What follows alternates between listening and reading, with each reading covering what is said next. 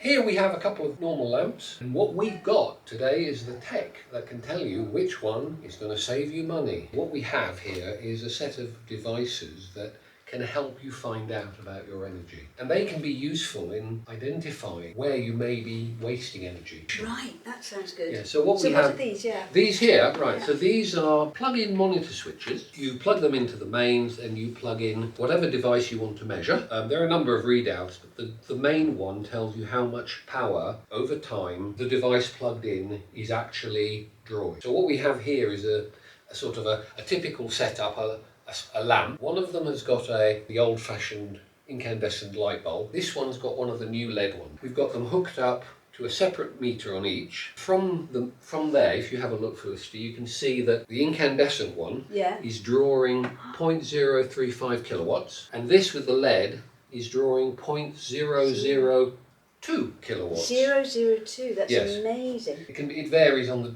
item, but it can be between 5 and 10 times depending on what wattage you're using. So you can actually see that the light is about the same. You know? Yes, you're about right. the same. Yes, So right.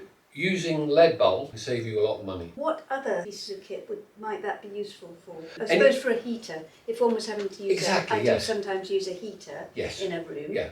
And so that would be a good one, wouldn't it? Yeah, so it's quite simple.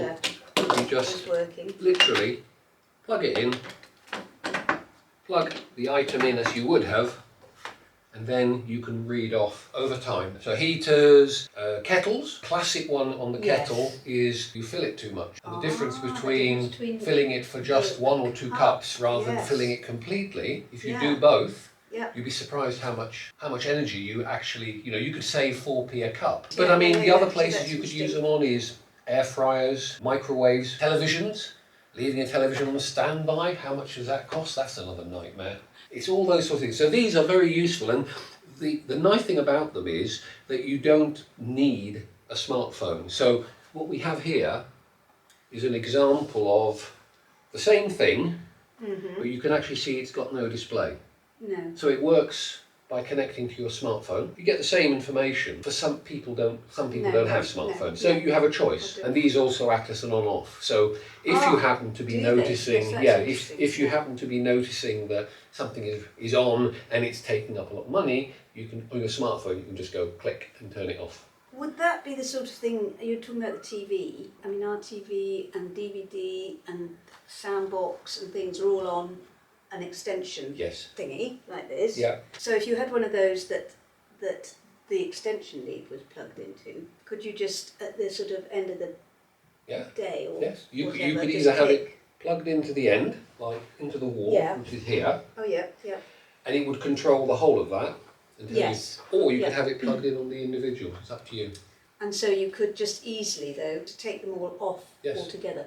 Because the plug is way down behind the TV. Exactly. So another benefit of these plugs that you can switch on and off is that you could, if you had lots of lights in a room, you could have them all attached to that, and then when you're leaving the room, you just where you can't plug in, you can use something like that, which is effectively an infrared thermometer, and you just literally just switch it on, point it, and it will tell you, for instance, what the heat is. So here we could have a look at something and you could say the heat on that lamp is 24 degrees. The old-fashioned one is 110. So again, you see you're talking 4-5 times. But it's also useful on the other thing, which is to point it at various places if you think you have a draft. You would measure the temperature of the wall. I presume that has to sort of hit something. But you just point it at what you want to measure.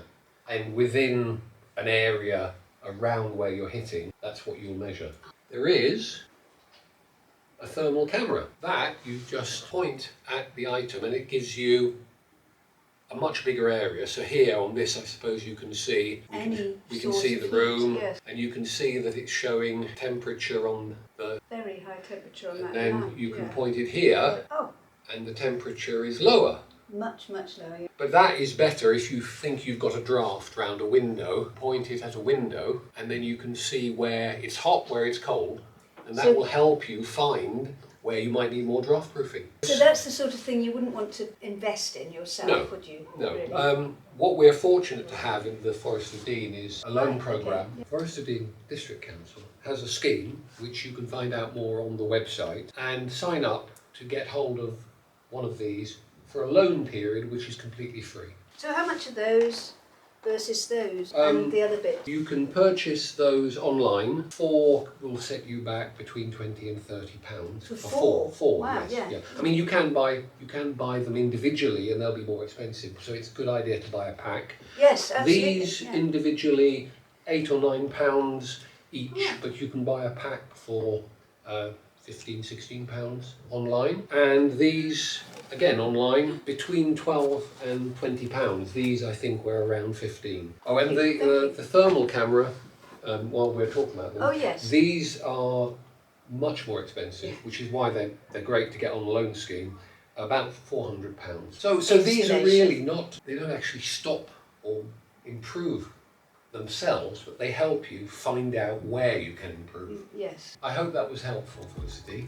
Yes, it was really helpful. Hopefully we'll be taking this out and doing the same again at pop-ups in the coming months, next year. Yeah, that sounds Keep like a good informing idea. the forest of how they can take